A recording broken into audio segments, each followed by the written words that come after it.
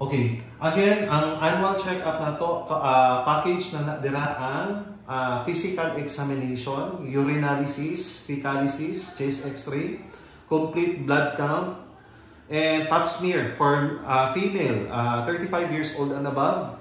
Then ECG for male, 35 years old and above. So, muna siya atong sa annual check-up. Then sa outpatient care, ang ato ang regular consultation is up to maximum benefit limit. Kung pila to'y coverage imong kuan, haptot sa makonsum to nimo. Then apod siya eye laser cataract removal, 10,000 per eye per member per year. So both eye 20K.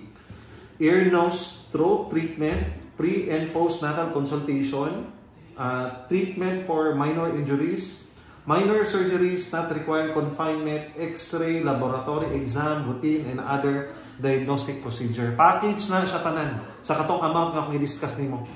Asa inyo ha. And of course, appeal po dira ang sclerotherapy, cauterization of warts except genital warts, 1,000 per member per year. Ang kaning varicose veins, naay varicose veins, ma'am sir, 5,000 per leg per member per year. Speech therapy for stroke patient only. Okay, nasa 10,000 cover as a charge. Tapos tuberculin test, 600 per member per year. Allergy testing, 2,500 per member per year. Physical therapy, occupational therapy, therapeutic procedure, IV fluids, kanang mga dialysis. 12 session ang siya per year. So, basig nag-aasa lang, apil po dialysis lang, apil. 12 session lang siya sa isa ka year. Chemotherapy, apil po. No? Kay tanan man sakit, wala man tayo ano dire. Sa inpatient nato, kung unsa ang imong room, mao to ang ato ang basihan. What if, sir, ang akong room is semi-private ang ako ang plan. Pero pag abot na ko sa hospital, wala available na semi-private kay puno. Ang available lang is ang katong pinakadako nga room nila, katong large private room. Sa una, ang first 24 hours, i-cover natin MaxiCare. So, ayaw magkawari na. Pero on the second day, dapat mo transfer na ka. Kaya imuha na ng bayad. Ang difference sa room rate on the second day, ang first day lang. Kung ang imong room is, puta na to, ward ba na or regular private niya, wala available, first day lang ang i-cover niya MaxiCare.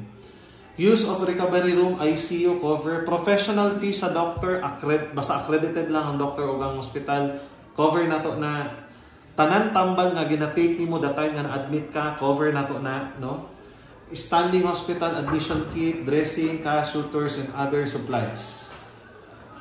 Emergency care, ang doctor services, cover siya. Emergency services, as I mentioned kanina, medicine used when immediate relief and during the treatment. Ambulance service, involuntary room for upgrade, 24 hours, so mao na siya. Additional coverage niya is naa siya life insurance package. So kung ang member ani simba ko na namatay, naay 50K ma-receive ang iyang family. Pag natural death, kung accident ang cause sa death, times 2. So 100K ang ma-claim sa family. Nasa lima receive na cash. And syempre, ang nakanindot diri kay naa siya dental, as I mentioned kanina. Pila ang palimpyog ngipon karon? I think 1,000, 1,500. Pila ang pagpaibot og ngipon karon? Mangyana gyapon 1,500. Pila ang pagpapasta karon? 1,000 gyapon. Pero kung naa kay MaxiCare, ma'am sir, appeal na sa ibang benefit. Wala kay bayaran. I-make sure lang gid mo nga ang clinic is accredited. Wadto ka dito, magpa-appointment ka, tanan procedure ma-avail na nimo, no? Para nala mo yung idea, ang appeal lang dira is ang cleaning, pasta o ang kanang ibot ngipon. Ang sa cleaning nato twice a year lang. Ang atong pasta is duha lang ka ngipon. Then ang ato ang ibot ngipon is unlimited. Pero kanang mga easy detached teeth lang. Dili tong surgery kanang mga wisdom tooth, kanang magpa-veneer ta, magpa-braces ta, wala na tayo labot na, no?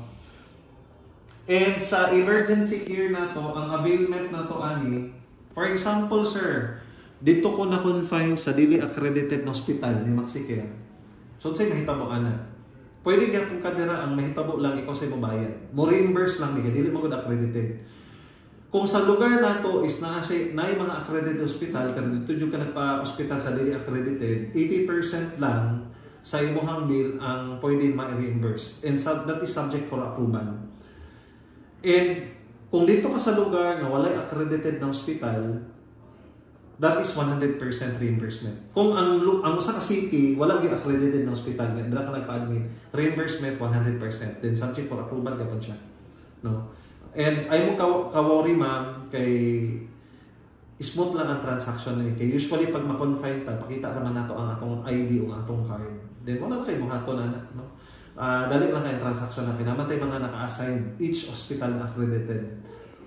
And of course, additional benefit niya, mao ni akong gina-highlight kaganina, tanan pre-existing na sakit, tanan cancer ba na nga sakit, 100% kung pilay coverage imong plan, consume na to siya every year. So wala tay problema nga kung naa na siya sakit daan, i-cover gihapon nato na. No, kung pila ra gito i-coverage nimo. Tapos ang dili lang pwede sa ato ang MaxiCare kung ma-hospital is kanang, for example, kanang nag-suicide, kanang nag-drive siya motor niya, na-hospital siya kay perting hubugan niya, na-disgrasya siya, any violation or kanang gituyo or nakikibuhat nga dili dapat, kung mao ni reason nga na-hospital siya, dili siya cover. Okay, ang i-cover lang gid MaxiCare is illness lang, accident nga dili violation and injury.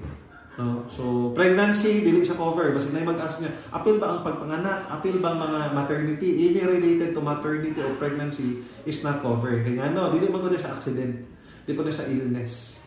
Check up lang pwede. Kanamantay ka ng ubigay ni dito sa check up lang siya taman. Laboratory wala siya ilabot sa pregnancy.